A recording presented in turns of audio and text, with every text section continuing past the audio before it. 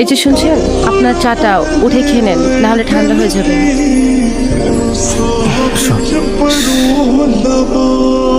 আমার শুধু চা না, সাথে সিগারেটও লাগে। কিন্তু সিগারেট তো খারাপ ছেলেরা খায়। আমি তো খারাপ ছেলে। কিন্তু বাবাজি বললো আপনি ভালো ছেলে।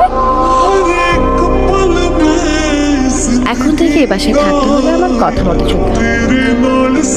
এখন থেকে আপনার সিগারেট খাওয়া বন্ধ। খবরদার, আমার পার্সোনাল বিষয়ে একদম নাক গলাবেন না। আমি আপনাকে বিয়ে করেছি ঠিকই, কিন্তু স্ত্রীর অধিকার দেয়নি। এটা শুধু নিয়ম রক্ষা দিয়ে।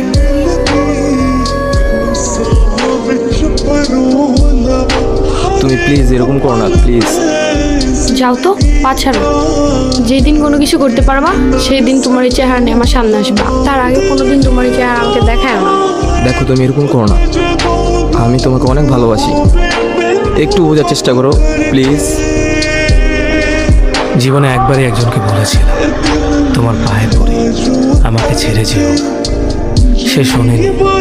আমার ভেসে যাওয়া দু চোখের সমস্ত জলকে অবহেলা করে, আমার ক্রমাগত কাঁপতে থাকা গলার সমস্ত আকুতি মিনতিকে অগ্রাহ্য করে সে চলে গিয়েছিল। ওই ঘটনার পর আমি বুঝতে শিখেছি, যারা চলে যেতে চায় তাদের চলে যেতে দিতে হয়।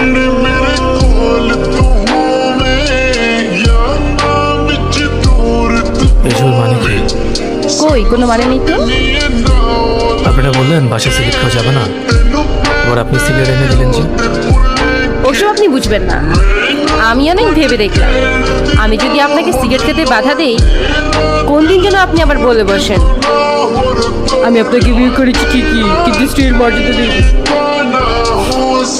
যাক, আপনার ব্রেন তাহলে মাথাতে আছে। আচ্ছা একটা কথা বলবো, কিছু মনে করবেন না তো? জি, আমি কিছু মনে করবো, বলার দরকার নেই। আচ্ছা বললে করেন, তবু বলি, আমাকে একটু মার্কেট নিয়ে যাবেন, কিছু কেনাকাটার দরকার ছিল।